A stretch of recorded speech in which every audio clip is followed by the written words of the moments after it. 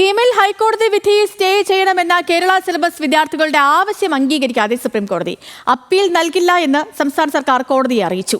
4 ആഴ്ചയ്ക്കകം സർക്കാരിനോട് വിശദീകരണം നൽകാൻ കോടതി നിർദ്ദേശിച്ചു. വിദ്യാർത്ഥികളുടെ പ്രവേശനവും സമയവുമായി ബന്ധപ്പെട്ട സമയപരിധി പരിഗണിച്ചാണ് അപ്പീൽ നൽകാത്തത് എന്ന് ഉന്നത വിദ്യാഭ്യാസ മന്ത്രി ആർ ബിന്ദു പ്രതികരിച്ചു.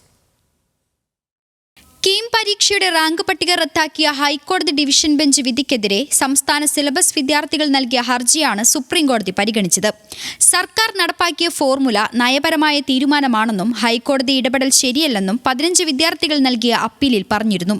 കീം റാങ്ക് ലിസ്റ്റ് സംബന്ധിച്ച ഹൈക്കോടതി വിധിക്കെതിരെ അപ്പീൽ നൽകുന്നുണ്ടോ എന്നറിയിക്കാൻ ഇന്നലെ കോടതി സംസ്ഥാന സർക്കാരിനോട് ആവശ്യപ്പെട്ടിരുന്നു.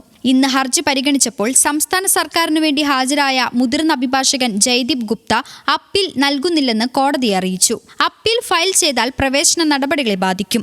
പരിഷ്കരണ ഫോർമുല അടുത്ത വർഷം മുതൽ നടപ്പാക്കാനാകുമെന്നും വിദ്യാർത്ഥികളുടെ ഹർജി അപ്പീൽ അടിയന്തരമായി പരിഗണിക്കണമെന്നും സർക്കാർ ആവശ്യപ്പെട്ടു. പ്രവേശന നടപടികൾ തടയാതിരുന്ന കോടതി ഹർജി 4 ആഴ്ചയ്ക്ക് ശേഷം പരിഗണിക്കാൻ മാറ്റി. മറുപടി സത്യവാങ്മൂലം നൽകാൻ സംസ്ഥാന സർക്കാരിന് നിർദ്ദേശം നൽകി.